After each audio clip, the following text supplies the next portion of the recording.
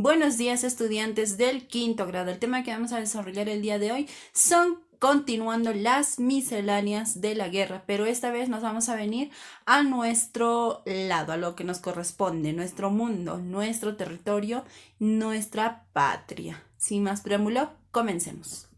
Primero de la Segunda Guerra Mundial coincide justamente con un gobierno principal. Era el gobierno de Manuel Prado Ugarteche, quien fue elegido en 1939.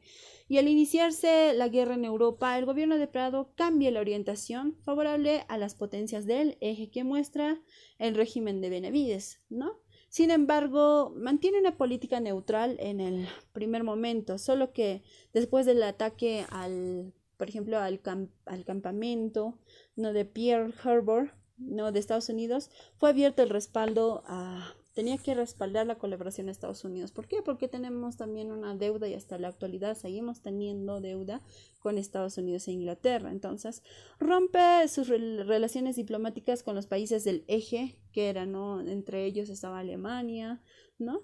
Y permite la instalación de una base aérea norteamericana en Talara. Ahora, ¿qué pasó? En el Perú también se dio un efecto un poco contradictorio, ¿no? Que era la intolerancia contra los alemanes y japoneses. ¿A raíz de qué? A raíz de la guerra y los problemas laborales, el racismo y la intolerancia aumentan, lógicamente, como típicos peruanos que somos, siempre andando de manera, no sé, ¿no? Siempre tenemos esa costumbre de raciar a los propios hermanos. No, disculpen la palabra, tal vez no así, no se debe decir. Entonces, en mayo de 1940 se dieron actos de violencia contra los ciudadanos de origen japonés que pacíficamente residían algunos en Lima. Ahora, sus negocios y casas fueron asaltados por una multitud enardecida. Murieron en ese asalto 10 ciudadanos de origen japonés. Entonces, la colaboración peruana fue llevada a extremos cuando el gobierno ordenó a los ciudadanos alemanes residentes en el Perú que pasaran a residir en los pequeños campos de concentración en Chosica. Entonces, más aún, el gobierno peruano, bajo la presión norteamericana, propició la salida de un número importante de japoneses, algunos de ellos ya convertidos en peruanos, ya eran con nacionalidad peruana. Entonces, Estados Unidos ordenó eso y nosotros estábamos como aliados con ellos, no nos convenía estar en contra, ¿no? Entonces, hacia los campos de concentración establecidos por Estados Unidos, la principal fue en Chosica. Muy bien, entonces, al mismo tiempo de la Segunda Guerra Mundial, nosotros tenemos también una guerra un poquito interna dentro de América Latina con un país vecino, que es, tenemos que enfrentar la guerra con Ecuador. Entonces, entre julio de 1941 hasta octubre de 1942 tuvo lugar este conflicto armado con este vecino país del norte. Esto se produce luego de que Ecuador tomara varios poblados fronterizos, ¿no?, del departamento de Tumbes. Entonces el ejército peruano al mando del general Eloy Ureta logró repeler a los invasores y ocupó la provincia ecuatoriana de El Oro. Estas acciones, bueno, en estas acciones la Fuerza Aérea del Perú destaca bastante, ¿no?, por su contingente y paracaidistas. Y ahí vamos con nuestro héroe nacional, ¿no?, el teniente José Abelardo Quiñones, el que está en la moneda, perdón, en el billete de 10 soles. Entonces, tras una serie de esfuerzos diplomáticos, se consigue el cese del fuego.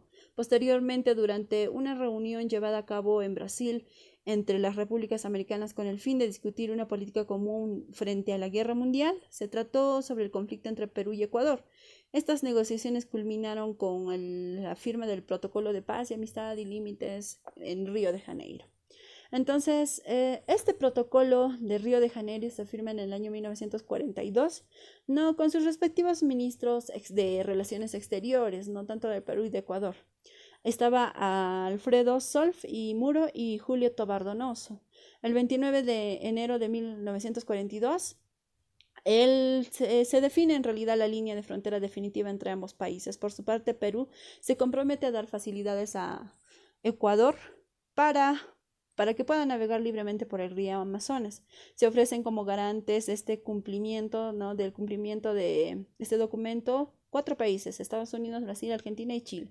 Y este protocolo es ratificado por el Congreso, por los congresos en realidad de Ecuador y Perú el 26 de febrero de 1942. Para entonces las tropas peruanas ya habían abandonado el territorio ecuatoriano. Muy bien, tenemos muchos más eventos que suceden entre estos siglos que más adelante las vamos a ir desarrollando. El terremoto de 1940. ¿Esto qué quiere decir? Hubo en la costa central del Perú un terremoto de intensidad entre 7 a 8 grados Celsius, ¿no? Y esto destruyó una cantidad bastante grande de viviendas en la ciudad de Lima y en la provincia constitucional del Callao. Entonces, además, una vez que se produce un terremoto, generalmente como una réplica vienen las marejadas, es decir, unas mareas que muy probablemente pudieron haber sido un ciclón. ¿Listo? Entonces, fue uno de los sismos más grandes del siglo XX en el Perú. Ahora, tenemos también otro evento muy importante, no un evento, sino un poco más sobre política del Perú, que es la industrialización protegida por la guerra. ¿Esto qué quiere decir? La guerra mundial provoca un aumento en la producción y sobre todo en la demanda de materias primas. Lo que nosotros exportábamos para ese entonces era el caucho. Muy bien, entonces ello permitió al país incrementar sus ingresos por exportación. Pero a la vez empezaron también a escasear las importaciones. Recuerden, el viejo mundo está en completa guerra. Estados Unidos está apoyando esta guerra, entonces no había de dónde traer todas las materias que nosotros necesitábamos para vivir. Entonces no llegaban las potencias productoras, no estaban enfrascadas en la guerra. Esto permite desarrollar nuevas industrias. Entonces se dio inicio a una industria siderúrgica y la construcción de la central hidroeléctrica del Cañón del Pato para lo que es la electricidad. Ahora, dentro de este momento también existe un grupo pequeño que se había venido desde el viejo continente o desde el continente asiático, que eran los japoneses. ¿Cómo fue la vida de los japoneses en el Perú en los años 40? En el año 1899 llegó Sakura Maru, un navío que transportaba por primera vez a un grupo de 787 colonos japoneses. Ellos llegaban contratados para trabajar, solamente para trabajos en las haciendas algodoneras. En ese entonces nosotros tenemos el boom de los algodones. Entonces, procedían de diversas regiones. Estaba Okinawa, Hiroshima, Niigata, Kunamoto, entre otros, ¿no? Y se establecen en los valles de Cañete, Chancay, Pativilca, Supe y en las inmediaciones de Lima. Y hasta 1924 hubo 82 viajes que alrededor llegaron a 18,000, ¿no? Aproximadamente personas de origen japonés. Entonces su integración no fue fácil porque desconocían la lengua y esperaban regresar alguna vez a Japón porque ellos mantenían una fuerte fidelidad y a las costumbres de ese país natal. Muchos abandonaron el campo para buscar una mejor vida en las ciudades. Ahí es donde logran incorporarse con bastante éxito al comercio por menor, es decir, las bodegas y otros oficios. Una razón de su éxito era una práctica financiera tradicional, denominado el tanumoshi, una especie de préstamo cooperativo interfamiliar, con bajos intereses, que les permitía abaratar sus precios. Entre el año 1930 y 31, tras la crisis de 1929, se producen los primeros actos de violencia contra los japoneses, pero los más graves fueron los de 1940. En estos eventos concurrieron una serie de factores. El clima antijaponés provocado por la guerra europea, un periodismo irresponsable y los problemas económicos por los que atravesaba el sector de la población urbana. Todo esto cambia, ¿no?, el ánimo contra los japoneses, los residentes japoneses.